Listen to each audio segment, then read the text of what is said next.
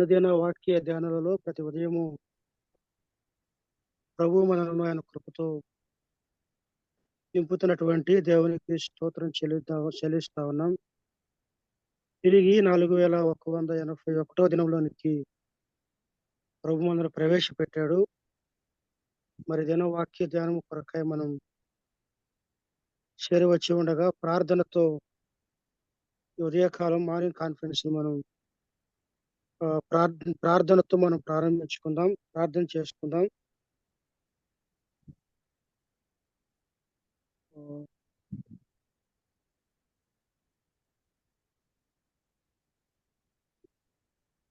ప్రార్థన చేసుకొని మనం కీర్తన పాడుకొని వాక్య ధ్యానంలోకి మనం వెళదాం.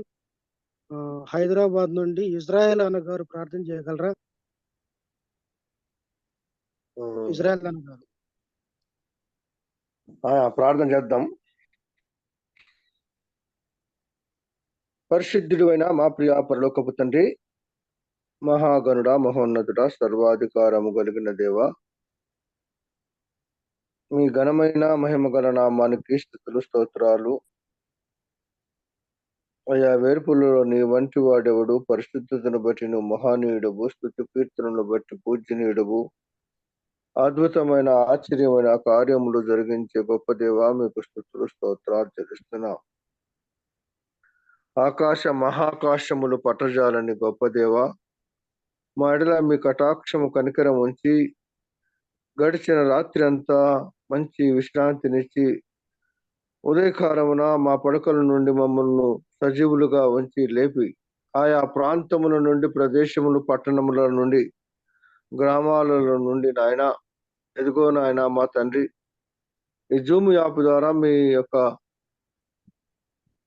విషయాలను తెలుసుకోవటానికి, నిన్ను ధ్యానించటానికి, నిన్ను గణపరచడానికి మాకు ఇచ్చిన అవకాశమును బట్టి మీకు స్తుతులు స్తోత్రాలు చెల్లిస్తున్నాం. మెట్టుకు మా దయారుడైన మా గొప్ప తండ్రి, ఈ సమయంలో చేరి వచ్చిన బిడ్డలందరినీ మీరు దీవించండి, ఆశీర్వాదించండి. ఇంకా చేరవలసిన వారిని కూడా త్వరపెట్టి మీ పాత సన్నిధిలో చేర్చండి.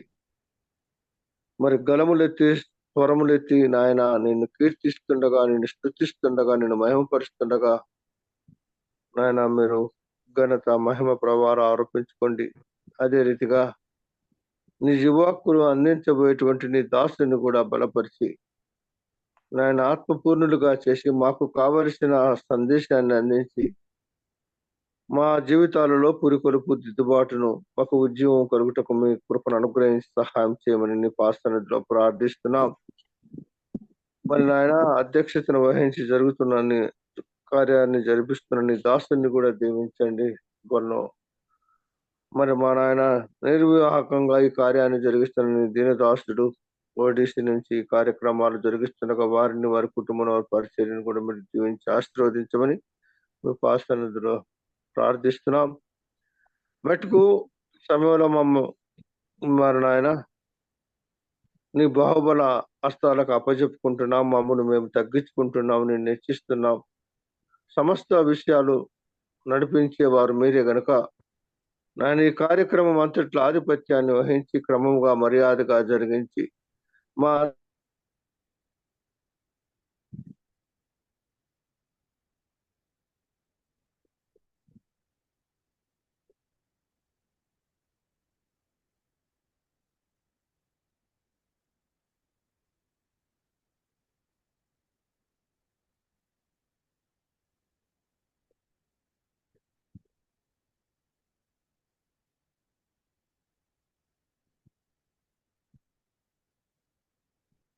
మీ వాయిస్ వినిపించట్లేదన్నా?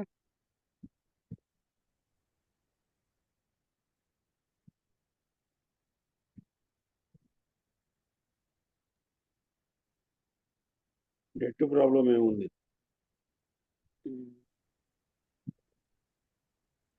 అన్మ్యూట్ ఉన్నారు.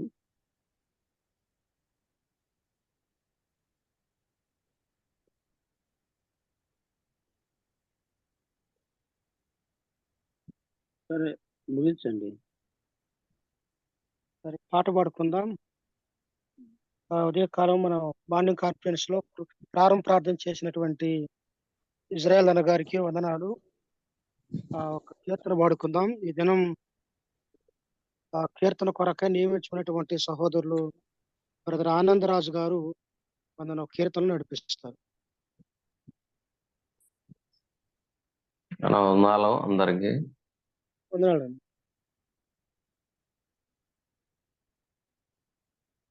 మంచిది. ఉదయకాల సమయంలో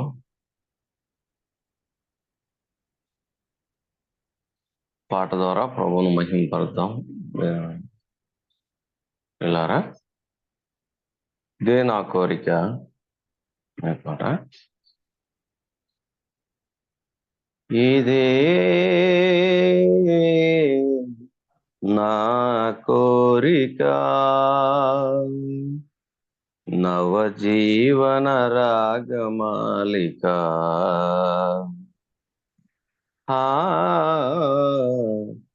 నవజీవన రాగమాలిక ఇదే నా కోరిక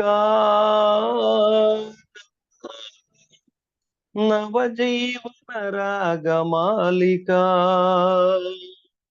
ఇదే నా కోరిక నవజీవన రాగమాలిక నవజీవన రాగమాలిక ఇదే నా కోరిక నవజీవన రాగమాలిక ఇదే నా కోరిక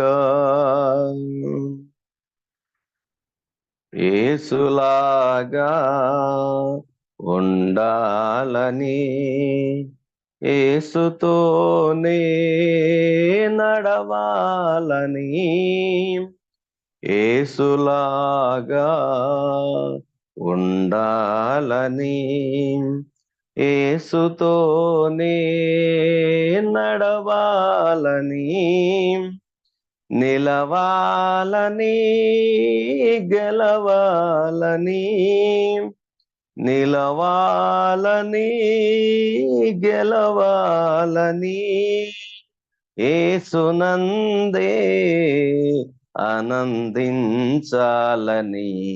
యేసునందే ఆనందించాలని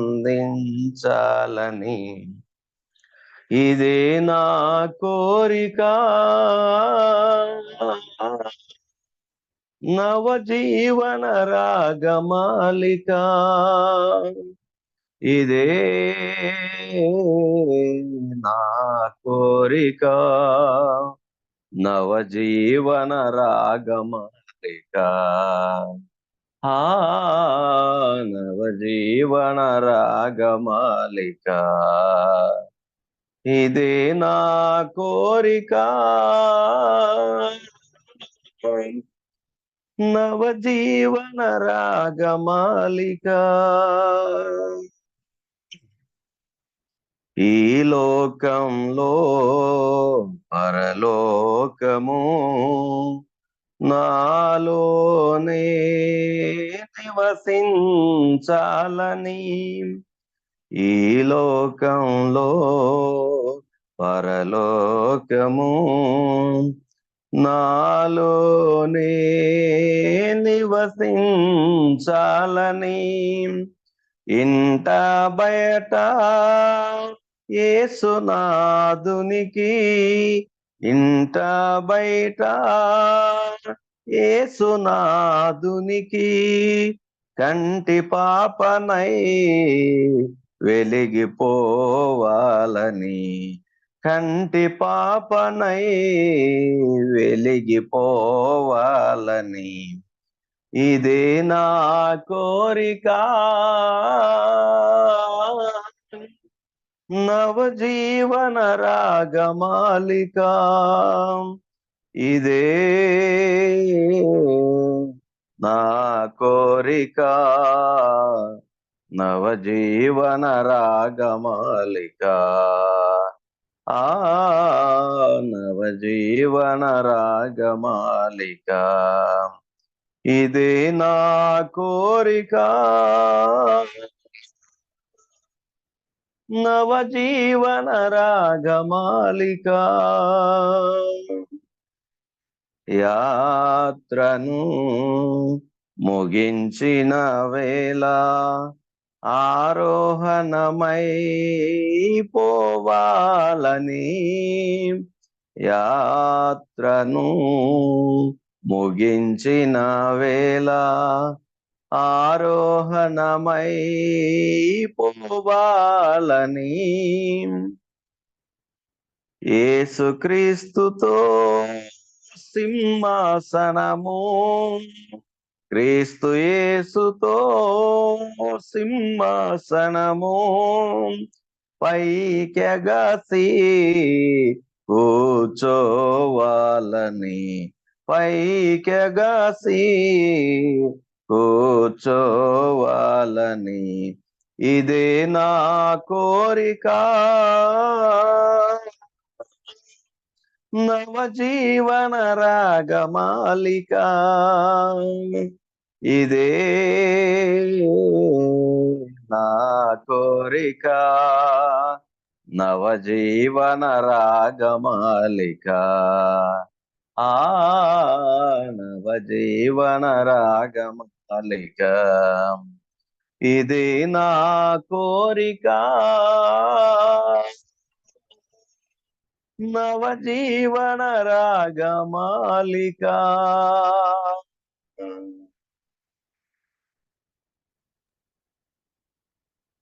మంచిదన్న. చక్కని పాట పాడిన ఆనందరాజ్ అన్న గారికి కాన్ఫిడెన్స్ తరఫున వందనాలన్నా. వందనాలన్నా. ఈ ఉదయకాలం వాక్య ధ్యానం కొరకై నియమించబడినటువంటి దేవుని సేవకులు మన మధ్యలో సిద్ధంగా ఉన్నారు. వాక్య ధ్యానం నిమిత్తమై చిన్న ప్రార్థన చేసుకొని వర్తమానికులకి మనం సమయాన్ని అప్పగిద్దాం. ప్రార్థన కొరకై మన మధ్యలో ఉన్న ఎరపరెడ్డి అన్న గారు చిన్న ప్రార్థన చేస్తారు.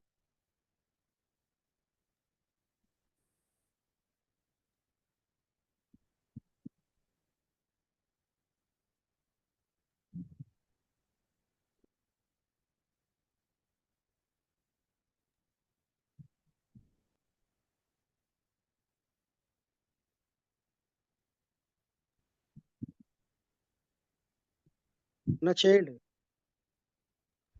మీట్లో ఉండడు.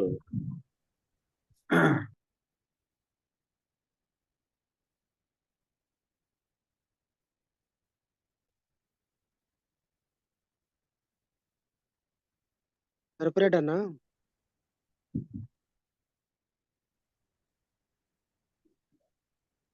రెడ్డి మీట్ నుంచి వచ్చిండు.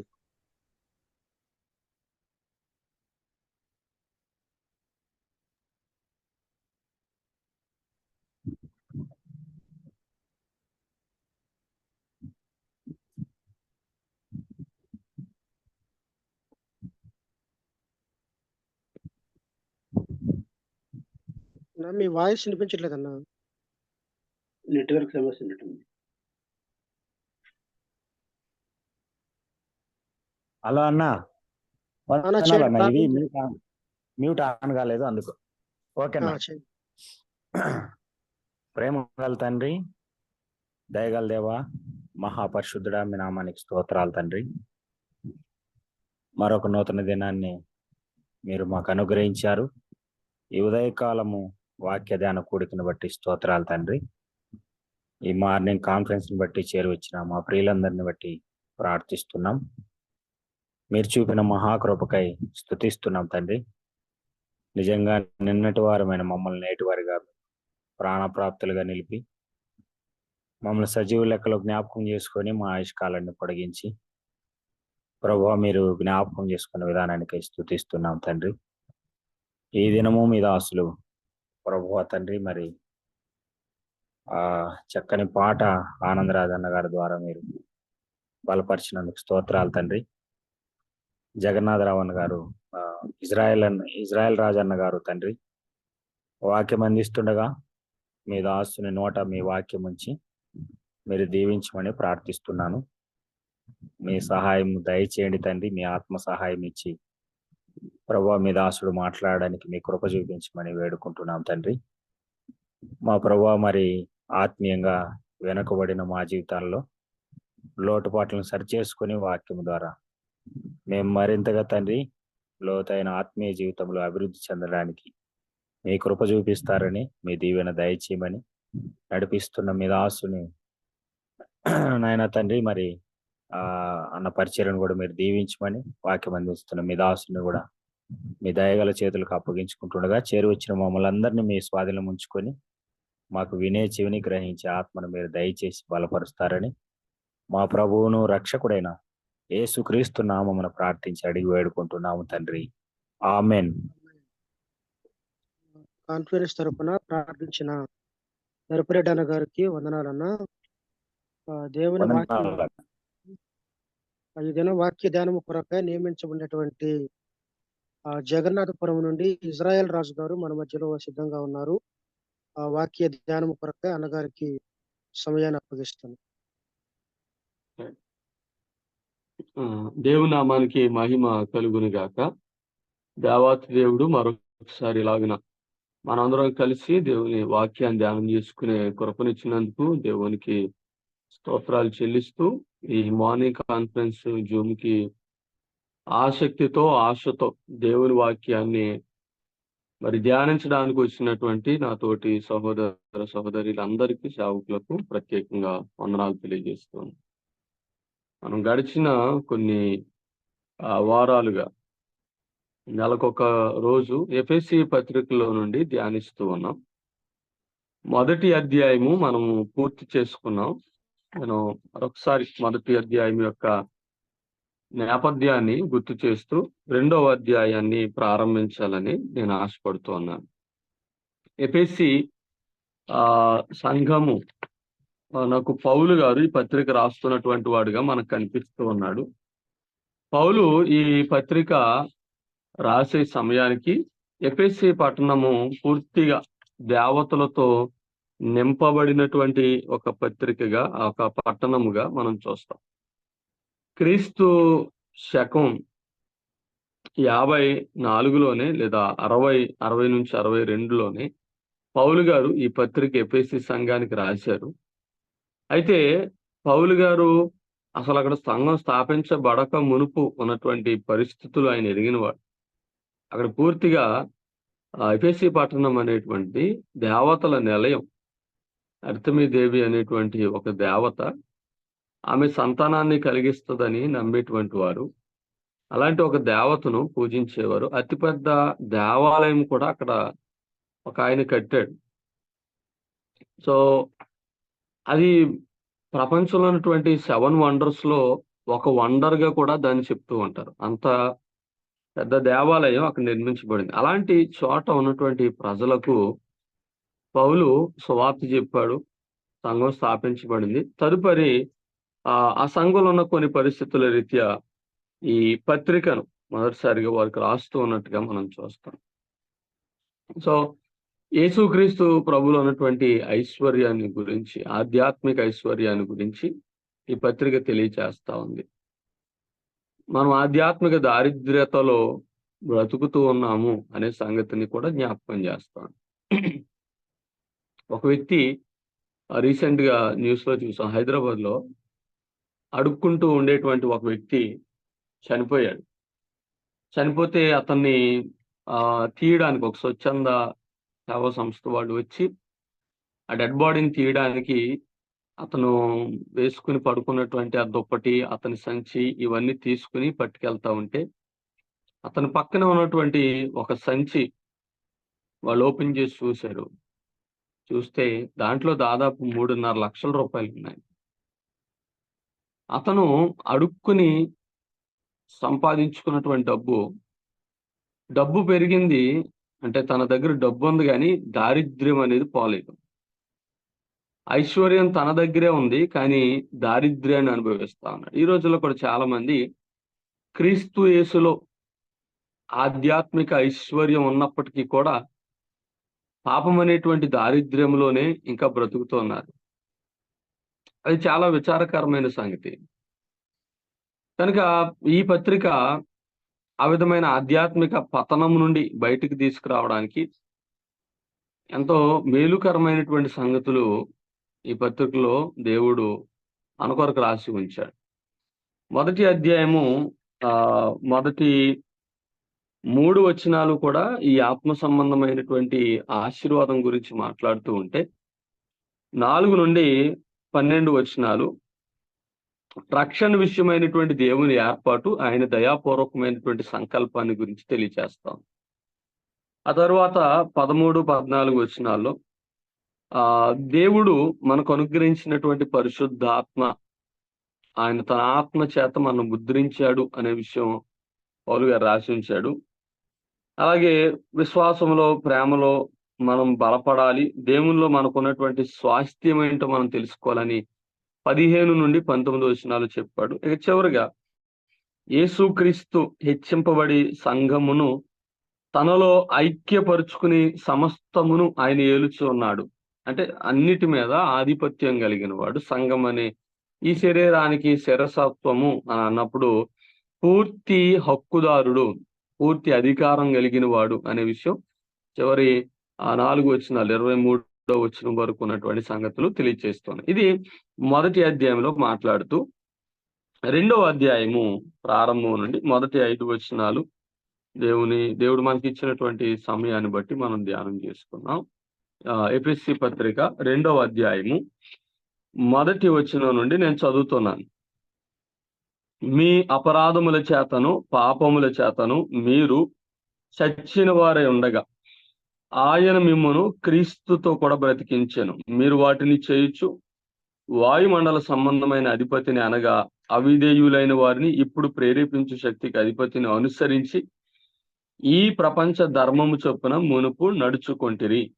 వారితో కలిసి మనమందరము శరీరము యొక్కయు మనస్సు యొక్కయు కోరికలను నెరవేర్చుకొనుచు మన శరీరాశలను అనుసరించి మునుపు ప్రవర్తించుచు కడమవారి వలె స్వభావ సిద్ధముగా దైవోగ్రతకు పాత్రులమై ఉంటిమి. అయినను దేవుడు కరుణా సంపన్నుడై ఉండి మనం మన అపరాధముల చేత చచ్చిన వారమై ఉండినప్పుడు సైతము మన ఎడల చూపిన తన మహాప్రేమ చేత క్రీస్తుతో కూడా బ్రతికించెను. కృప చేత మీరు రక్షించబడి ఉన్నారు. చదవబడిన మాటలు దేవుడు దీవించును గాక. ఈ మొదటి అధ్యాయం లేదా ఈ మొదటి అధ్యాయము పౌలు గారు మాట్లాడుతూ 2వ అధ్యాయంలోనికి ఆయన వస్తున్నప్పుడు ముందుగా చెప్పాను, మొదటి అధ్యాయంలో దేవునిలో ఒక విశ్వాసకు ఉన్నటువంటి ఆ గొప్పతనం ఏంటో ఆయన చెప్తూ వచ్చాడు. ఇక 2వ అధ్యాయానికి వచ్చేసరికి దారిద్ర్యత, ఏ విధమైనటువంటి దారిద్ర్యతలో మానవులు జీవిస్తూ ఉన్నారు అనేటువంటి విషయాన్ని ఇక్కడ జ్ఞాపకం చేస్తున్నాడు. మీ అపరాధముల చేతను మీ పాపముల చేతను చచ్చిన వారై ఉండగా అని అంటున్నాడు. అంటే ఇది దేని గురించి సూచిస్తా ఉంది? దీని అర్థము భౌతికంగా మరణించడానికి గురించి కాదు, కానీ ఆధ్యాత్మికంగా చనిపోయినటువంటి స్థితిని జ్ఞాపకం చేస్తాను. అంటే దేవునితో వేరైపోవడం, దైవ సంబంధాన్ని మానవుడు కోల్పోవడాన్ని చూపిస్తాం. ఇంకొక విధంగా మనం ఆలోచన చేస్తే మానవుడు ఏ రీతిగా చనిపోయాడు అంటే ఆధ్యాత్మిక సంగతులను గ్రహించలేని విధంగా చనిపోయాడు. ఈ చావు అనేటువంటి దేని సూచిస్తా ఉంది అంటే ఆధ్యాత్మిక సంగతులు గ్రహించలేడు. భౌతికంగా చనిపోయినటువంటి వ్యక్తి ఎలాగైతే మనం మాట్లాడితే అతడు రిప్లై ఇవ్వలేడో, మనం కదిపితే ఎలాగైతే చలించలేడో, ఏ విధమైనటువంటి ప్రేరణలకు కూడా అతను స్పందించడో, అదే రీతిగా ఆధ్యాత్మికంగా మృతి చెందినటువంటి వ్యక్తి కూడా ఆధ్యాత్మికమైనటువంటి విషయాలకు, దేవుని మాటలకు స్పందించలేడు అనేటువంటి విషయాన్ని ఇక్కడ స్పష్టం చేస్తా ఉన్నాడు. రోమాపత్రిక 3:11 మనం చూస్తాం. నీతిమంతుడు లేడు, ఒక్కడు లేడు అంటూ అక్కడ అంటాడు, దేవుని వెదుకువారెవరునూ లేరు అని అంటాడు. దాని అర్థం ఏంటంటే వారు దేవుని వెదకలేరు అని అర్థం. They cannot find themselves. వాళ్ళు తమంతట తాము దేవుణ్ణి కనుగొనలేరు. ఎందుకు అంటే వాళ్ళ పాప స్థితి వాళ్ళు చచ్చినటువంటి వారిగా వాళ్ళని చేసేసింది. ఈ పాప స్థితి మనిషికి ఎలా వచ్చిందో మనకు తెలుసు. రోమపత్రిక 3:23 చెప్తాడు, పాపము వలన వచ్చినటువంటి జీతమే ఈ మరణం. పాపం వలన మనం ఈ స్థితిలో ఉన్నాం. లేదా మానవులందరూ కూడా దేవుని సంగతులను గ్రహించలేని వారుగా, దేవునిని తమంతట తాము వెదకలేనటువంటి వారుగా, నిజ దేవుని తెలుసుకోలేనటువంటి ఒక దుస్థితిలో ఉన్నారు. మత్తయి సువార్త 13:13 అంటాడు, మీరు వినుమట్టుకు విందురు గాని గ్రహింపరు, చూచుమట్టుకు చూతురు గాని ఎంత మాత్రమును తెలుసుకోలేరు అంటాడు. అర్థమవుతుందా? వింటామంట కానీ గ్రహించరు. అంటే శారీరకంగా ఈ చెవులు పనిచేస్తా ఉన్నాయి, కానీ ఆధ్యాత్మిక సంగతులు గ్రహించలేము. అలాగే చూడడానికి మామూలుగా కళ్ళు కనిపిస్తా ఉన్నాయి, కానీ దేవుని సంగతులను మనం చూడలేం. 2 కొరింథీ 4:4 కూడా అంటారు, అపవాది మీ మనోనేత్రములకు గుడ్డితనము కలిగించాడు అన్నమాట. కనుక ఇక్కడ స్పష్టంగా ఒక వ్యక్తి ఆధ్యాత్మికంగా చచ్చిపోయాడు అంటే అర్థం ఏంటి అని అంటే, ఇతడు ఒక అవిశ్వాసి కాదు, లేదా ఒక రోగి కాదు. ఒక రోగి బ్రతకాలంటే ఆక్సిజన్ అవసరం. ఆక్సిజన్ అవసరమైనటువంటి ఒక రోగిగా మానవుడు లేడు, గాని అతడు మృతుడే. అతనికి కావాల్సింది ఆక్సిజన్, బ్లడ్ సప్లయో, మెడిసినో ఇలాంటివి కాదు, కానీ అతనికి కావలసింది పునరుత్థానం కావాలి. అతడు తిరిగి జన్మించి చచ్చిన ఆ స్థితిలో నుండి తను లేపబడాలి అంటే అతడు పునరుత్థానం అవ్వాలి. నశించినటువంటి పాపులందరూ కూడా ఇదే స్థితిలో ఉన్నారు. దీంట్లో గొప్పవారు, తక్కువవారు, ఎక్కువవారు అనేటువంటి తేడా ఏమీ లేదు. స్త్రీ పురుషులు అనే తేడా ఏమీ లేదు. అందరూ కూడా పాపులే అనేటువంటి విషయాన్ని ఇక్కడ మనం గమనించాలి. ఈ లోకం ఒక పెద్ద సమాధుల తోట లాంటిది, బ్రతుకుండగానే మృతులతో నిండి ఉన్నది. సో ఈ లోకమే పెద్ద బరియల్ గ్రౌండ్. బ్రతుకున్నాం కానీ మనం అందరం చచ్చిన వారమే అని దేవుడు చెప్తా ఉన్నాడు. కనుక పాపము, అపరాధము ఒక వ్యక్తిని ఆధ్యాత్మికంగా చంపేసింది. ఈ ఆధ్యాత్మికంగా చంపేసినటువంటి వ్యక్తి ఏ స్థితిలో ఉన్నాడు అంటే, మొట్టమొదట ఇక్కడ చెప్తాడు 2వ వచనంలో, మనము అవిధేయులము అని అంటాడు. చూడండి, మీరు వాటిని చేయొచ్చు. వాయుమండల సంబంధమైన అధిపతిని అనగా అవిధేయులైన వారిని ఇప్పుడు ప్రేరేపించు శక్తికి అధిపతిని అని అంటా ఉన్నాడు. ఈ ఆధ్యాత్మికంగా చనిపోయినటువంటి వ్యక్తి ఎవరు అంటే, మొట్టమొదటిగా అతడు అవిధేయుడు. అంటే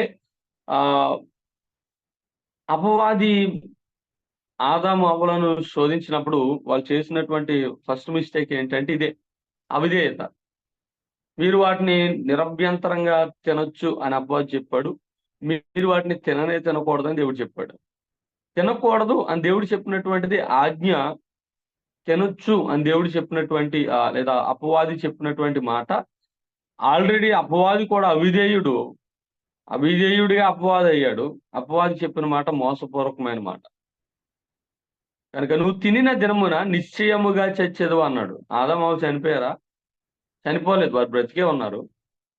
కానీ ఆ మాట దేవుడు ఎందుకు చెప్పాడు అని అంటే, వారు ఆధ్యాత్మికంగా చచ్చిపోతారంటే దేవునికి దూరం అయిపోతారు. కాబట్టి అపవాది మాట విని దేవునికి అవిధేయులు అయ్యారు. వారు ఏమయ్యారు అంటే దేవుని నుండి దూరం అయ్యారు. They are separated from God. దేవుని నుండి దూరపరచబడ్డారు, గెంటివేయబడ్డారు. అది వారి ఆధ్యాత్మిక పతనాన్ని సూచిస్తాం. కనుక దేవుడు చెప్పినప్పటికీ కూడా ఆదికాండం 2:13 మనం చూస్తాం, వారు ఆ పండు తిని అవిధేయులైన వారుగా ఉన్నారు. కానీ సాతాను ఏమన్నాడు? ఆదికాండం 3:4 మీరు చావరు అన్నాడు. సాతాను చెప్పింది జరిగిందా, దేవుడు చెప్పింది జరిగిందా అంటే దేవుడు చెప్పిందే జరిగింది. సాతాను చెప్పిన అసత్యాన్ని నమ్మి దేవునికి అవిధేయులై ఆదాము అవ్వ పాపం చేశారు. మానవుని అవిధేయతకు కారణం 3 విషయాలు ఉంటాయి ఇప్పుడు కూడా. ఏంటి ఆ 3 విషయాలు అంటే, మొట్టమొదటిది లోకము, రెండవది సాతాను, మూడవది శరీరం. లోకము ఒక వ్యక్తిని దేవునికి అవిధేయునిగా చేయగలదు. ప్రతి వ్యక్తి కూడా లోకం అనేటువంటి వ్యవస్థలో మునిగిపోయి ఉన్నాడు. అందుని అంటాడు రోమపత్రిక 12వ అధ్యాయంలో, లోక మర్యాదలు అనుసరిస్తున్నారు. దాని అర్థం ఏంటో తెలుసా? లోకము యొక్క అదుపులో మనం జీవిస్తూ ఉన్నాం.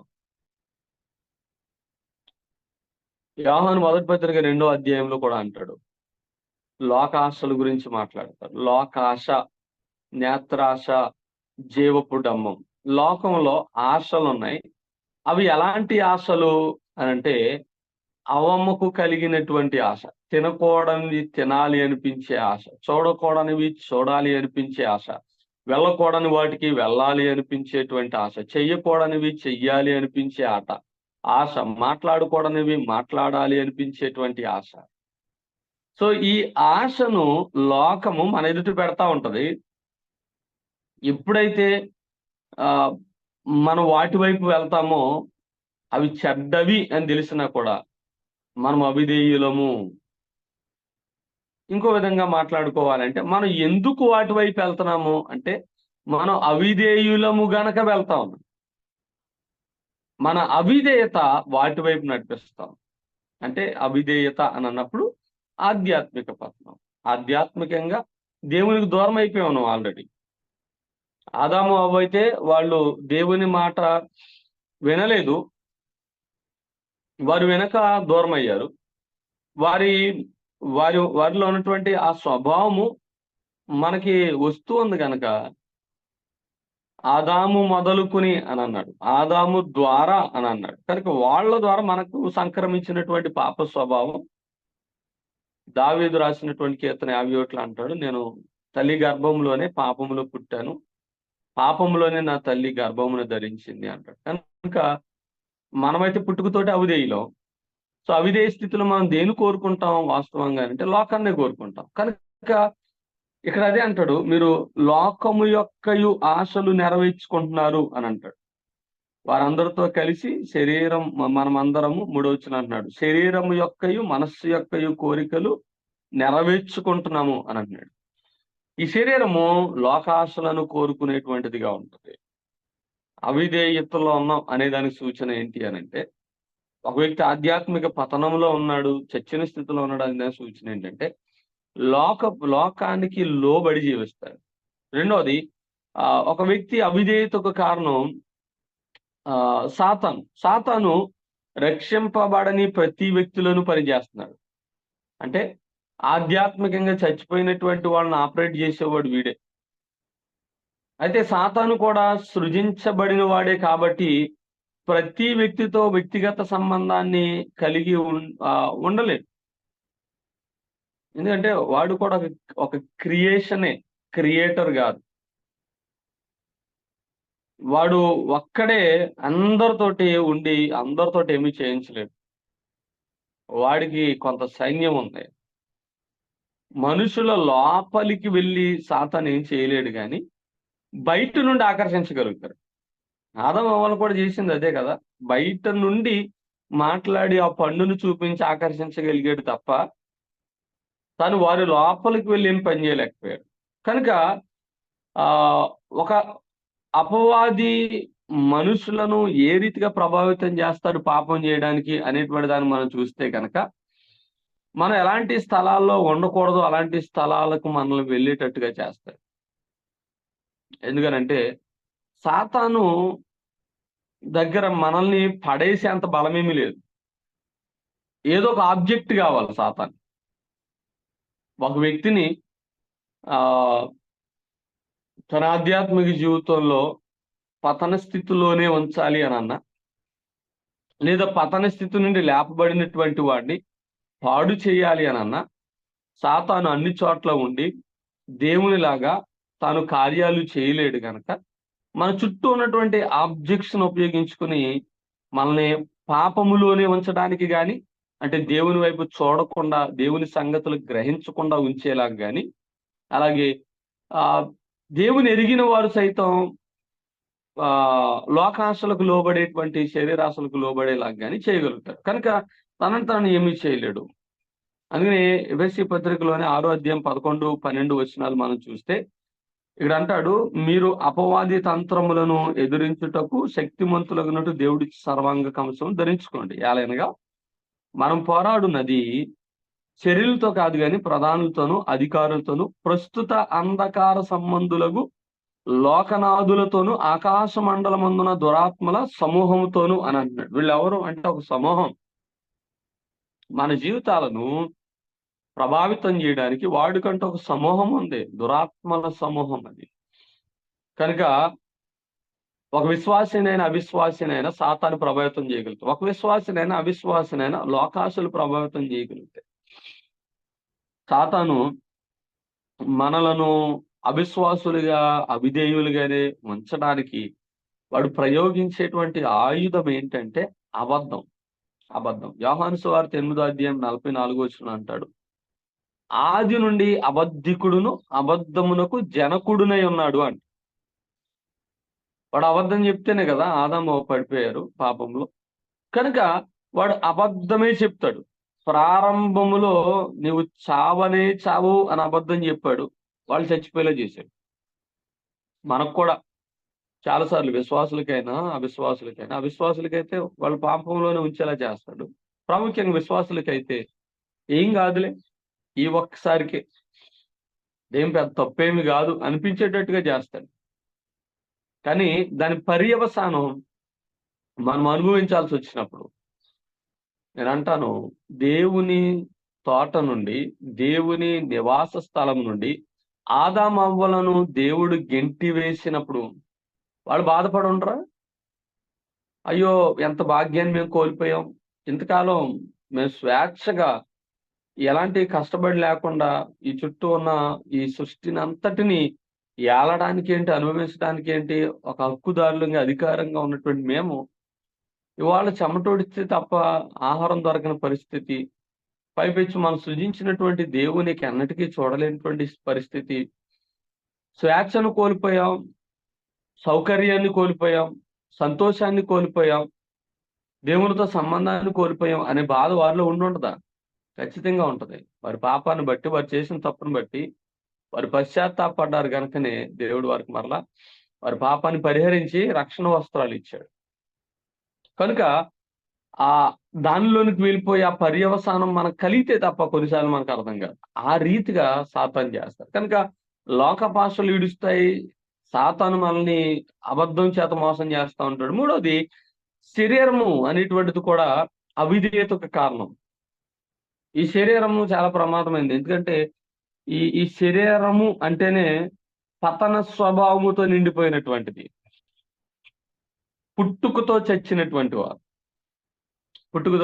చచ్చిన వారు.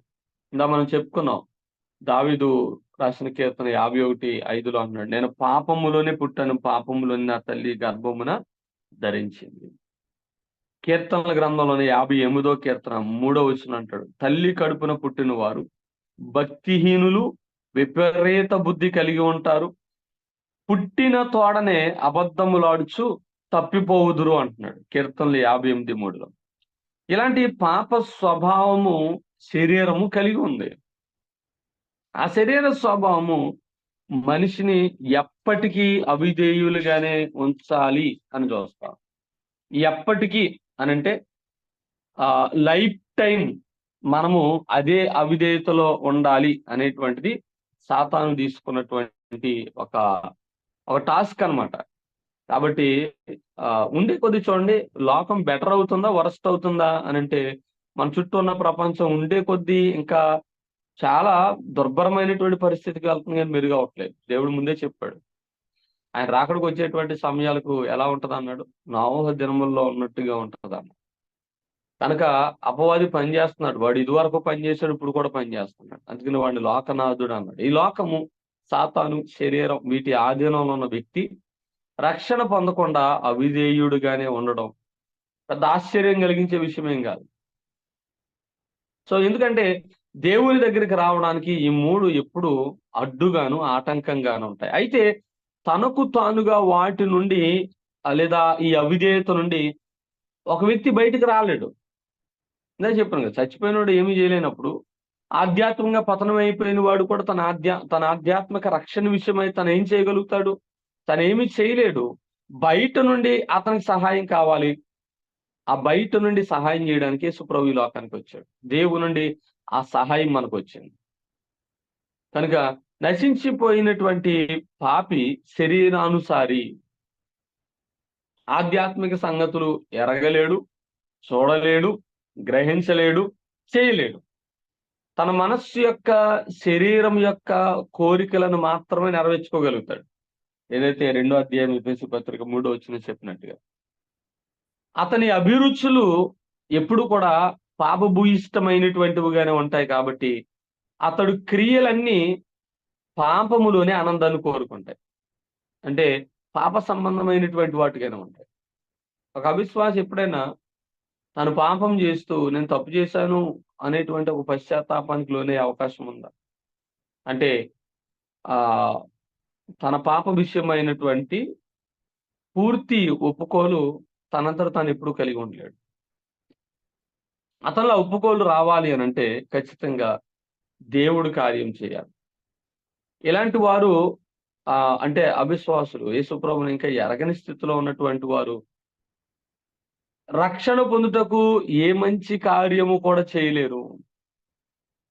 అంటే క్రియ రక్షించదు, కానీ ప్రయత్నం చేస్తూ ఉంటారు.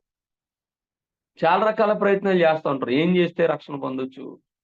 మనం డబ్బులు ఇవ్వచ్చా, కానుకలు ఇస్తే రక్షణ పొందుతామా, అన్నదానాలు పెడితే రక్షణ పొందుతామా, లేకపోతే వాళ్ళు తమ క్రియల చేత ఏదైనా దేవునికి దగ్గర అవ్వాలని చూస్తారు. కానీ వాళ్ళు చచ్చిపోయారు, వాళ్ళు బ్రతకాల్సిన అవసరం ఉంది అనేది వాళ్ళు తెలుసుకోలేరు.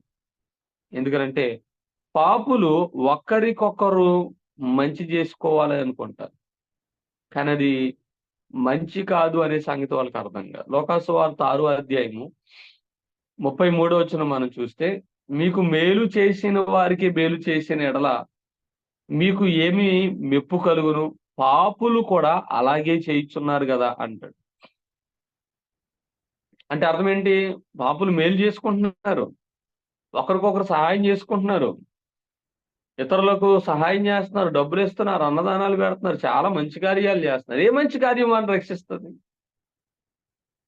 ఏ మంచి కార్యం కూడా రక్షించదు. క్రియల వలన కలిగినది కాదు అని అంటాడు ఇదే పత్రికలో. ఇది విశ్వాసానికి సంబంధించింది. లోకాసువార్త 11వ అధ్యాయం 13వ వచనం అంటాడు, మీరు చెడ్డవారయుండి మీ పిల్లలకు మంచి ఈవులను ఇయ్యనెరిగి ఉండగా అంటాడు. అంటే మీరు చెడ్డోళ్ళు అయ్యుండి కూడా మీ పిల్లలకు మంచి చేయాలని అనుకుంటారు. అంటే భౌతికమైనటువంటి మంచి, లోక సంబంధమైనటువంటి మంచి క్రియలు ఒక వ్యక్తిని రక్షిస్తాయా? ఒక వ్యక్తిని మంచివానిగా చేస్తాయా? మనమంట ఈయన చాలా మంచోడండి అని అంటాం, ఆయన చేసే క్రియలు. కానీ ఆ క్రియలు అతని పరలోకాన్ని తీసుకెళ్తాయా అని అంటే ఖచ్చితంగా తీసుకువెళ్ళాం. మీరు ఒక్కరినొకరు సంతోష పెట్టుకోగలుగుతారు, కానీ దేవుని సంతోష పెట్టలేరు. మనుషులుగా మంచి చేసుకోగలుగుతారు, మనుషులు అనుకున్న మంచి చేసుకోగలుగుతారు, కానీ దేవుని నీతి అవ్వలేరు. కనుక ఈ స్థితిలో ఉన్నటువంటి అవిధేయుడు, లేకపోతే శరీరాన్ని, సాతానును, లోకాన్ని అనుసరిస్తున్నటువంటి వ్యక్తి శరీరానుసారి స్వాభావికముగానే దైవోగ్రతకు పాత్రుడిగా ఉన్నాడు అంటున్నాడు. దేవునికి దగ్గరగా లేరు అనేది ఒక విషాదకరమైన సంగతి అయితే, బాధాకరమైన విషయం అయితే, వీళ్ళు దేవుని ఉగ్రతకు కూడా లోనే ఉన్నారు అనేటువంటిది మరింత ప్రమాదకరమైనటువంటి సంగతి. 2వ అధ్యాయంలోనే 3వ వచనం చివరిలో అంటున్నాడు కదా, మన శరీర ఆశలను అనుసరించి మునుపు ప్రవర్తించుచు కడమ వారి వలె స్వభావ సిద్ధముగా దైవోగ్రతకు పాత్రులమై ఉంటిమి అని అంటున్నాడు. రోమిలకు రాసినటువంటి పత్రిక 1వ అధ్యాయము 18వ వచనం మనం చూస్తే, సత్యమును అడ్డగించి దుర్నీతిలో ఉన్న వారి మీద దేవుని ఉగ్రత బయలుపరచబడుతుంది అని అన్నాడు. రోమపత్రిక 1వ అధ్యాయము 18వ వచనం. అలాగే మరొక మాట మనం చూసినట్లయితే కనుక యోహాను సువార్త 3వ అధ్యాయం 36వ వచనంలో, కుమారుని యందు విధేయత చూపని వాని మీద దేవుని ఉగ్రత నిలిచి ఉంది అని అంటా ఉన్నాడు. కుమారుని మీద ఉగ్రత చూపనటువంటి వారి మీద ఏముందంట? దేవుని ఉగ్రత నిలిచి ఉన్నది అంటున్నాడు. అలాగే మరొక వచనాన్ని కూడా మనం చూసినట్లయితే రోమిలకు రాసినటువంటి పత్రిక 8వ అధ్యాయములో అంటాడు, 9వ వచనంలో, దేవుని ఆత్మ మీలో నివసించకపోతే మీరు శరీరానుసారులే గాని ఆత్మ స్వభావం గలవారు కారు అని అంటాడు. మీ మీ శరీరము కూడా పాప విషయమై మృతమైనటువంటిది దేవుని ఎరగకపోతే అని అంటాడు. ఈ విషయాలన్నీ కూడా మనం చూసినప్పుడు మనమందరం ఎవరము అంటే దేవుని ఉగ్రతకు లోనైనటువంటి వారు, దైవోగ్రతకు ఎలాంటి స్థితిలో ఉన్నటువంటి మనకు దేవుడు ఏం చేశాడు అని తెలుసుకోవాలి. దేవుడు ఏం చేశాడు అని తెలుసుకుంటే అప్పుడు ఖచ్చితంగా చచ్చిన స్థితిలో లేపబడడానికి అవకాశం ఉంటుంది. మన ఎడల దేవుని చేసిన కార్యము 4వ వచనంలో చెప్తూ ఉన్నాడు. అయినను దేవుడు కరుణా సంపన్నుడై ఉన్నాడు అనే మాట మాట్లాడుతూ 4వ వచనంలో అంటున్నాడు, మనము మన అపరాధముల చేత చచ్చిన వారు ముడినప్పుడు సైతం మనడల చూపిన తన మహా ప్రేమ చేత క్రీస్తుతో కూడా మనలను బ్రతికించెను అని అన్నాడు. చనిపోయిన మనలను బ్రతికించాడు, మన పాపముల నుండి బ్రతికించాడు. అంత మాత్రమే కాదు, తన ప్రేమను మన పట్ల చూపించాడు. ఆయన మనల్ని ప్రేమించాడు. స్వభావ సిద్ధంగానే దేవుడు ప్రేమ అన్నాడు. చూడ, స్వభావ సిద్ధంగా మనిషి పాపి అయి ఉన్నాడు, దైవోగ్రతకు పాత్రుడై ఉన్నాడు. స్వభావ సిద్ధంగా దేవుని గుణ లక్షణాల్లో ఒక లక్షణం ఏంటంటే దేవుడు ప్రేమయ్య ఉన్నాడు. యోహాను పత్రిక, మొదటి పత్రిక 4వ అధ్యాయము 8వ వచనం, దేవుడు ప్రేమాస్వరూపి, దేవుడు ప్రేమయ్య ఉన్నాడు అని అంటాడు. దేవుడు మనల్ని ప్రేమించాడు. ఒకవేళ పాపులు లేకపోయినా, మనము పాపులము కాకపోయినా దేవుడు మాత్రం ప్రేమ కలిగిన వాడు. ఎందుకంటే అది ఆయన స్వభావ లక్షణం. మనం పాపంలో ఉన్నాం గనక ఆయనలో ప్రేమ అనేటువంటి ఒక స్వభావం పుట్టడం కాదు.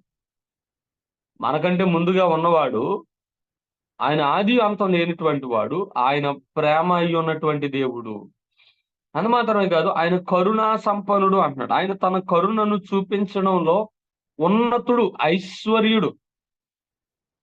ఒక ఆయన ఇలాగా అన్నాడు, దేవుని దగ్గర కనికరము అనేటువంటి, కరుణ అనేటువంటి సంపద ఉందంట. వెలకట్టలేనటువంటి కరుణ అనేటువంటి సంపద ఉంది. అందుకని కరుణా సంపన్నుడు అని అంటారు. దేవుని ప్రేమ, దేవుని కృప మన మీద ఆయన చూపించేటువంటి కరుణకు కారణంగా ఉంటామని, కరుణించుటలో ఐశ్వర్యవంతుడని. ఇక్కడ ప్రేమ, కరుణ అనేటువంటి పదాల యొక్క మూల అర్థం ఏంటి అని అంటే, అర్హత లేని వారిపై దేవుడు అర్హులుగా చేయడం, అర్హత లేనిటువంటి వారిని అర్హులుగా చేయడమే కృప అనేటువంటి మాటకు అర్థం వస్తా ఉంటాం. కనుక వాస్తవానికి న్యాయంగా ఉగ్రతకు పాత్రలో అది దేవుడు న్యాయంగా మనకి ఇవ్వాలి. అదేంటంటే అలాగే అవుతుంది, మమ్మల్ని ఎలా నరకానికి పంపిస్తాడు, మేము నరకానికి ఎందుకు వెళ్ళాలి అంటే దేవుడు కొంతమందిని నరకానికి పంపించి కొంతమంది పరలోకానికి పంపించేయడం ఆయన ఇష్టమా అని అంటే, వాస్తవంగా ఈ లోకంలో ఉన్న మానవులు అందరూ న్యాయంగా దేవుని ఉగ్రతకు పాత్రలుగా ఉన్నారు. దేవుడు న్యాయంగా తీర్పు తీర్చాలి అని అంటే నరకంలోనే వెయ్యాలి. దేవుడు అన్యాయం చేయడం అసంభవం కదా. కానీ దేవుడు అన్యాయము చేయడు. కానీ కొంతమందిని అర్హులుగా చేసి వారిని రక్షించుకోవడం అనేటువంటిది ఆయన చిత్తం. అది కూడా న్యాయమే. ఎవరిని అర్హులుగా చేస్తా ఉన్నాడు, ఎవరిని చచ్చిన స్థితిలోని బ్రతికి లేపుతా ఉన్నాడు అనేటువంటిది ఆయన ఇష్టం, ఆయన చిత్తం, ఆయన సంకల్ప ప్రకారం ఆయన చేస్తా ఉన్నాడు. అందుకని మొదటి అధ్యాయంలో రాశాడు కదా, ఆయన ముందుగా నిర్ణయించుకున్నాడు. జగత్ పునాది వేయబడక మునిపే ఏర్పరచుకున్నాడు. ఏర్పాటు చొప్పునే మనుషులు బ్రతుకుతారు, నిర్ణయం చొప్పునే మనుషులు బ్రతుకుతారు. అంటే ఆధ్యాత్మికంగా వాళ్ళు బ్రతకడం అనేటువంటి. ఇక్కడ దేవుడు కరుణా సంపన్నుడిగా ఉండి అపరాధముల చేత చచ్చినటువంటి మనడల సైతము తన ప్రేమ చేత మనం క్రీస్తుతో కూడా బ్రతికించెను. బ్రతికిన వాడు ఆయన మనల్ని జీవింపజేశాడు. మనం ఇంకా పాపములో పతనమై ఉండగానే ఈ పునరుత్థానాన్ని ఆయన ఆత్మ ద్వారా వాక్యాన్ని ఉపయోగించి పూర్తి చేశాడు. మొదట అసలు పాపానికి శిక్ష వేశాడు తన శరీరంలో, పాపానికి మరణాన్ని విధించాడు, పాపం ఇంకా లేకుండా చేశాడు. ఓ మరణమా నీ ముళ్ళు ఎక్కడ, ఓ మరణం నీ విజయం ఎక్కడ అని పాపముని విరిచివేశాడు. ఆయన పునరుత్థానుడు అవడం ద్వారా జీవాన్ని మానవులకు తీసుకుని వచ్చాడు. కనుక సువార్తలో యేసుక్రీస్తు వారు మరణము నుండి ముగ్గురిని బ్రతికించాడు. ఎవరు ఆ ముగ్గురు అని అంటే, లోకాసు వార్త 7వ అధ్యాయం 11వ అధ్యాయం 17వ వచనంలో మనం చూస్తాం. నాయీను అనేటువంటి ఊర్లో విధవరాలి కుమారుణ్ణి చచ్చిపోయినటువంటి వాడిని లేపాడు. లోకాసు వార్తలోని 8వ అధ్యాయము 49 నుండి 56 వచనాల్లో సమాజ మందిరపు అధికారి అయినటువంటి యాయీరు కుమార్తెను తిరిగి లేపాడు. యోహాను సువార్త 11వ అధ్యాయం 41 నుండి 46 వచనాల్లో చనిపోయిన లాజరు లేపాడు. సో 3 సార్లు ఆయన మాట చేత వారిని బ్రతికించాడు. కేవలం మాట చేత వారిని లెమ్మన్నాడు, వారిని పేరు పెట్టి పిలిచాడు, వారిని అలా ముట్టుకుని పైకి లేవనెత్తగానే వాడు చచ్చిపోయినటువంటి వాళ్ళు బతికారు. ఈ 3 సందర్భాల్లో పాపి వాక్యాన్ని విని విశ్వసించినప్పుడు అతనిలో ఆధ్యాత్మికమైనటువంటి పునరుత్వం కలుగు. చూడండి, ఆయన మాట వారిని భౌతికంగా బ్రతికించగలిగింది. ఆయన మాట ఈ మాట ఇప్పుడు మనం చదువుకున్న మాట కూడా వాక్య ఉన్న దేవుడు కదా, వాక్యమైన దేవుడు. అది ఎంత పవర్ఫుల్లో ఇది అంతే పవర్ఫుల్. దాంట్లో ఎలాంటి వ్యత్యాసం ఉంది. అయితే ఈ మాటకు లోబడాలి. లాజరు యేసుక్రీస్తు స్వరాన్ని వినగలిగాడు. ఎలా వినగలిగాడు? యోహాను సువార్త 5వ అధ్యాయం 24 వచనం అంటాడు. యోహాను 5:24 నా మాట విని నన్ను పంపిన వాని యందు విశ్వాసం ఉంచేవాడు నిత్య జీవం గలవాడు. వాడు తీర్పులోనికి రాక మరణములో నుండి జీవములోనికి దాటి ఉన్నాడు అంటున్నాడు. మరణములో నుండి జీవంలోనికి దాటి ఉన్నాడు అంటే ఆధ్యాత్మిక పునరుత్థానం కలగడం. ఒక చచ్చిపోయినటువంటి వ్యక్తి ఎలా వింటాడు? వినగలుగుతాడా? వినలేడు. అందుకని ఇక్కడ రాయబడిన మాట ఏంటంటే బ్రతికించాడు. He gave us the life. యోహాను సువార్త 6వ అధ్యాయంలో అంటాడు, తండ్రి ఒకని ఆకర్షించితేనే గాని ఎవడు తన యొద్దకు రారు. అంటే ఆకర్షించడము అనే మాటకు అర్థం ఏంటి అని అంటే వాడిని లేపుతూ ఉన్నాడు. అలాగే 2 కొరింథీ పత్రిక 4వ అధ్యాయం 4వ వచనంలో సువార్త ప్రకాశం మనం వారి మీద ప్రకాశింపకున్నట్లు అపవాది వారి మనోనేత్రాలకు గుడ్డితనం కలిగించాడు. రైట్, వాడు గుడ్డితనం కలిగించాడు. ఇప్పుడు ఆ గుడ్డితనాన్ని దేవుడు తీసేశాడు. సో దేవుడు గుడ్డితనాన్ని తీసేసినప్పుడు దేవుని సంగతులు చూడగలుగుతాం. దేవుడు చచ్చిపోయినటువంటి మనల్ని బ్రతికించినప్పుడు ఇది ఒకేసారి ఏకకాలంలో జరిగే క్రియ అనమాట. దేవుడు ఆకర్షించడం అని అన్నప్పుడు ఆధ్యాత్మికంగా అతనికి జీవాన్ని ఇస్తున్నాడు. ఆధ్యాత్మికంగా జీవం ఇవ్వడమే రక్షణకు ఆహ్వానం. అంటే వాక్యాన్ని గ్రహించగలుగుతున్నాం, వాక్యానికి స్పందించగలుగుతున్నాం. ఆ వాక్యము ఒక అవిశ్వాసికి ఎప్పుడు అర్థం కాని సువార్త అప్పుడు అర్థమవుతుంది. తన పాప స్థితిని తను తెలుసుకోగలుగుతున్నాడు. తన పాపాన్ని బట్టి పశ్చాత్తాపపడాలి అనేటువంటిది అతనిలో కలుగుతుంది. అనంటే పరిశుద్ధాత్మ దేవుడు అతనికి ఆ మెలకువనిస్తున్నాడు. చచ్చిన స్థితిలో నుండి, పతనమైన స్థితిలో నుండి ఆ మెలకువనిస్తున్నాడు అనే విషయాన్ని మనం గమనించాం. యోహాను సువార్త 14వ అధ్యాయం అంటాడు, ఆదరణకర్తను నేను మీకు పంపిస్తాను. ఆయన వచ్చి పాపమును గూర్చి, నీతిని గూర్చి, తీర్పును గూర్చి మిమ్మల్ని ఒప్పింపజేస్తాడు. ఒప్పింపజేసే పరిచర్య. మనంతట మనం ఒప్పుకుంటున్నామని కాదు, మనంతట మనం అంగీకరిస్తున్నామని కాదు, మనంతట మనం చేసేదాన్ని క్రియ అని అంటారు. కానీ ఇక్కడ ఈ 2వ అధ్యాయము 8వ వచనం అంటాడు, మీరు విశ్వాసం ద్వారా కృపచేతనే రక్షించబడ్డారు కనుక ఇది మీ వలన కలిగినది కాదు, దేవుని వరమే. అది క్రియల వలన కలిగినది కాదు కనుక ఎవడు నచ్చేపడ వీల్లేదు అంటాడు. కనుక దేవుడే బ్రతికిస్తున్నాడు. అది ఆయన కారం, ఆయన కార్యం పూర్తిగా, ఆయన ఆధిపత్యం, ఆయన శక్తి. కనుక మనిషికి ఏం లేదు. ఇక్కడ కొంత వాదన వచ్చేటువంటి అవకాశం ఉంది. చాలా మంది మనం అంగీకరిస్తేనే కదా, మనం యాక్సెప్ట్ చేస్తేనే కదా మనం రక్షించబడుతున్నాం అని చాలా మంది మాట్లాడుతూ ఉంటారు.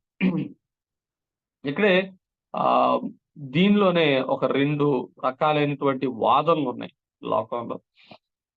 చాలా ఫేమస్ థియరీస్ అవి మనకు కూడా తెలిసినవి. ఒకటి కాల్వినిజం అని అంటాం, 2 అర్మేనియనిజం అని అంటాం. కాల్వినిజం, కాల్విన్ ఏం చెప్తాడంటే, జాన్ కాల్విన్ మనిషి పతనమైపోయాడు, టోటల్ డిప్రావిటీ అని అంటాం. పూర్తిగా పతనమైపోయాడు. పూర్తిగా పతనమైపోయినటువంటి ఆ మనిషి అన్కండిషనల్ లవ్ అనేటువంటిది అతని మీద దేవుడు చూపించాడు. అంటే ఏ విధమైనటువంటి షరతులు లేనటువంటి ప్రేమ దేవుడు అతని మీద చూపించాడు.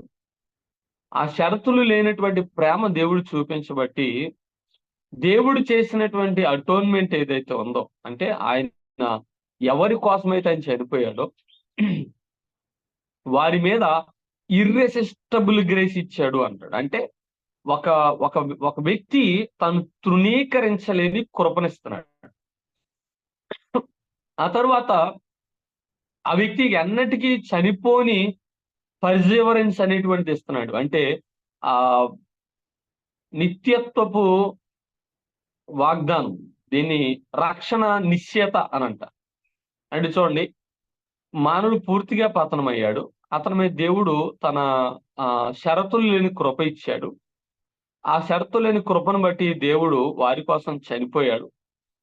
ఆ చనిపోయిన తర్వాత ఈసారి వారు తృణీకరించలేని విధంగా వారి మీద తన ప్రేమను గాని తన కృపను గాని పంపిస్తూ ఉన్నాడు, వారికి ఇస్తా ఉన్నాడు. తద్వారా వారు యేసు ప్రభువుని నమ్ముకున్నప్పుడు రక్షణకి అన్నిటికీ కోల్పోదు అనేటువంటి నిశ్చయిత ఇస్తున్నాడు. ఇది జాన్ కాల్విన్ చెప్పినటువంటి.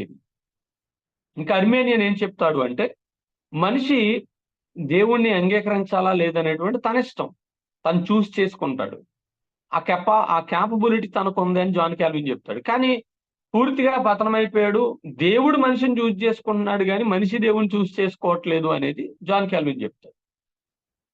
మనం చూస్తాం మార్కు సువార్తలో, మనుషు కుమారుడే పాపులను వెతుక్కుంటూ వచ్చాడు అనమాట. నశించిన దానిని వెతకి రక్షించడానికి మనుషు కుమారుడు లోకానికి వచ్చాడు. అంటే ఎవరు మనల్ని మనం దేవుని వెతుకుతున్నామా? యోహాను పత్రికలో కూడా అంటాడు, మనము దేవుని ప్రేమించమని కాదు కానీ ఆయనే మొదటిగా మనల్ని ప్రేమించాడు. కనుక అర్మేనియన్ చెప్పేది ఏంటంటే, మనిషి తానంతట తాను వెతుక్కోగలుగుతాడు. అలాగే యేసుక్రీస్తు ప్రభు యొక్క శిలువ మరణం కూడా అది అందరి కొరకు అనుగ్రహించబడింది కనుక దాన్ని కూడా చూస్ చేసుకునే విషయంలో ఆయన నా కోసం చనిపోయాడు అనుకోండి చనిపోయాడు, చనిపోలేదు అనుకుంటే చనిపోలేదు అన్నట్టుగా అర్మేనియన్ చెప్తూ ఉంటాడు. ఇలాగా అర్మేనియన్ చెప్పేటువంటి దాంట్లో ఇంకోటి ఏంటుంటదంటే, రక్షణ ఆహ్వానాన్ని స్వీకరించాలంటే స్వీకరించవచ్చు, తృణీకరించాలంటే తృణీకరించవచ్చు, అది మన చేతిలో ఉందని చెప్తాడు. చివరిగా రక్షణను మనం కోల్పోవచ్చు అనేది కూడా అర్మేనియన్ చెప్తూ ఉంటాడు. సో ఈ రెండు కూడా ప్రపంచంలో చాలా ప్రాచుర్యం పొందినటువంటి థియరీస్. మ్యాక్సిమం ఎక్కువ మంది, లేదంటే వాక్య కోణంలో మనం చూస్తే కనుక జాన్ కాల్విన్ చెప్పినటువంటిదే మన బ్రదర్ సంఘాల్లో కానీ ఎక్కువ కొంచెం నమ్మడానికి అవకాశం ఉన్నటువంటి వాక్యానుసారమైనటువంటి ఒక యత్నం. ఇది జాన్ కాల్విన్ చెప్పాడు, లేదా అర్మేనియన్ చెప్పాడు అనే దానికంటే కూడా దేవుని వాక్య కోణంలో మనం చూసినప్పుడు అది సరైనటువంటి వివరణగా మనకు కనిపిస్తుంది. మనిషి పతనం అయిపోయాడు, దేవుడు కృప చూపితే తప్ప కళ్ళు తెరవలేడు. ఆ కళ్ళు తెరిచినప్పుడు దేవుని శిలువ కార్యము గ్రహించేలాగా దేవుడే అతనికి ఆ మెలకువనిస్తాడు, ఆ గ్రహింపునిస్తాడు. అప్పుడు తన పాపాన్ని ఆయన ఒప్పింప చేస్తాడు. తద్వారా అతని మీదకి అతడు ఇక అన్నిటికీ తృణీకరించలేనటువంటి తన కృపను పంపిస్తాడు. ఆ కృప విశ్వాసాన్ని రక్షిస్తుంది, తృణీకరించలేడు. తరువాత దేవుడు అతని ఆత్మచేత ముద్రిస్తాడు, అన్నిటికీ కోల్పోని రక్షణ దేవుడు అతనికి ఇస్తాడు అని ఇక్కడ అదే చెప్తాడు. క్రియల వలన కలగలేదు, దేవుడు ప్రేమ చేత ఇవన్నీ కూడా మనలో చేశాడు. ఆధ్యాత్మిక పునరుత్థానం చాలా గొప్పది. మనంతా మనం పునరుత్థానం చెందలేము, దేవుడే పునరుత్థాన బలాన్ని మనకి ఇస్తున్నాడు. అది మనల్ని క్రీస్తులో ఐక్యం చేస్తుంది, ఆయనలో మనకి స్వాస్థ్యాన్ని ఇస్తుంది. సంఘం అనే శరీరంలో ఆ దేవుడు మనకిచ్చిన ఆ రక్షణ సంఘం అనే శరీరంలో మనం చేరడానికి, శరీరంగా ఉండడానికి కారణంగా ఉంటది. దేవుడు మనల్ని క్రీస్తుతో కూడా బ్రతికించాడు. కాబట్టి క్రీస్తే నా యందు జీవిస్తున్నాడని పౌలు అంటాడు. ఇక జీవించేవాడని నేను కాదు కానీ క్రీస్తే నా యందు జీవిస్తున్నాడు. కనుక ఈ 5 వచనాల యొక్క వివరణ, ఈ 2వ అధ్యాయం ఎఫెసీ పత్రిక మొదటి 5 వచనాల యొక్క వివరణ మనం చూసినట్లయితే, మరొకసారి క్లుప్తంగా చెప్పి నేను ముగిస్తాను. మనము ఆధ్యాత్మికంగా చచ్చిపోయాం. లోకం యొక్కయు, శరీరం యొక్కయు, అపవాదికి లోబడి ఈ ఆశలన్నీ నెరవేర్చుకుంటున్నాం. స్వభావ సిద్ధంగా దైవోగ్రతకు పాత్రలమయ్యాం. అలాంటి క్రమంలో దేవుడు ప్రేమించి కృపచేత మనల్ని రక్షించుకున్నాడు. విశ్వాసం ద్వారా దేవుని పిల్లలమయ్యేటట్టుగా చేశాడు. ఆ విశ్వాసాన్ని మనలో కలిగించిన వాడు కూడా ఆయనే. కనుక దేవుడు చేసినటువంటి గొప్ప కార్యాన్ని బట్టి దేవుని మనం ఎల్లప్పుడూ కూడా స్తుతించాలి. ఈ రక్షణ కార్యాన్ని మనం అర్థం చేసుకున్నప్పుడు ఖచ్చితంగా దేవుని గొప్పతనం, దేవుని కొనియాడకుండా ఉండలేం. దేవుని ఎంత ప్రేమామయుడు, ఎంత గొప్పవాడు. మొదటి అధ్యాయంలో ఆయన రక్షణ ప్రణాళిక, ఆయన దయా సంకల్పం గురించి చెప్తున్నప్పుడు కేవలం సంకల్పమే చెప్పాడు. కానీ ఆయన ఏం చేశాడు అనేది ఈ 2వ అధ్యాయం అంతా చెప్తూ ఉంటాడు. కనుక దేవుని మాటలు ఇప్పటివరకు శ్రద్ధగా విన్న మీ అందరికి కూడా దేవుని పేట వందనాలు తెలియజేస్తూ, చదువుకున్న ధ్యానించినటువంటి లేఖనాలను దేవుడు దీవించి ఆశీర్వదించును గాక. ఆమేన్. మీ అందరికి వందనాలు. సమయం ఇచ్చిన బ్రదర్స్ వందనాలు. అన్న వందనాలన్నా. ఈ 4181వ దినములో ఈ ఉదయకాల కాన్ఫరెన్స్ కొరకై దేవుని వాక్యం నిమిత్తమా నియమించుకున్నటువంటి దైవ సేవకులు ఇజ్రాయెల్ అన్న గారికి కాన్ఫరెన్స్ తరపున మరి ప్రత్యేకంగా ఓడిచ్చారు మమరే క్రిస్టియన్ అసెంబ్లీ తరపున వందనాలు తెలియజేస్తా ఉన్నామన్నా. వందనాలన్నా. చిన్న ప్రార్థన చేసుకుందాం. మన మధ్యలో ఉన్నటువంటి బర్నబాస్ అన్న గారు ప్రార్థన చేసి ప్రకటనలు తెలియచేసి కార్యక్రమాన్ని ముగిస్తారు. ఉన్నారు కదా చాలా మంది జనపాల్. ఓకే, ప్రార్థన చేద్దాం. ప్రేమగల మా తండ్రి, కృపగల మా ప్రభువా, మీ నామానికి స్తోత్రాలు చెల్లిస్తున్నాం. ఉదయకాలమున ఎఫ్ఎస్సి పత్రికలో నుంచి మీ దాసుని బలపరిచి మీరు అందించిన మాటలకే స్తోత్రాలు. మా ఆయన మీ దాసుని ఇంకా దీవించండి.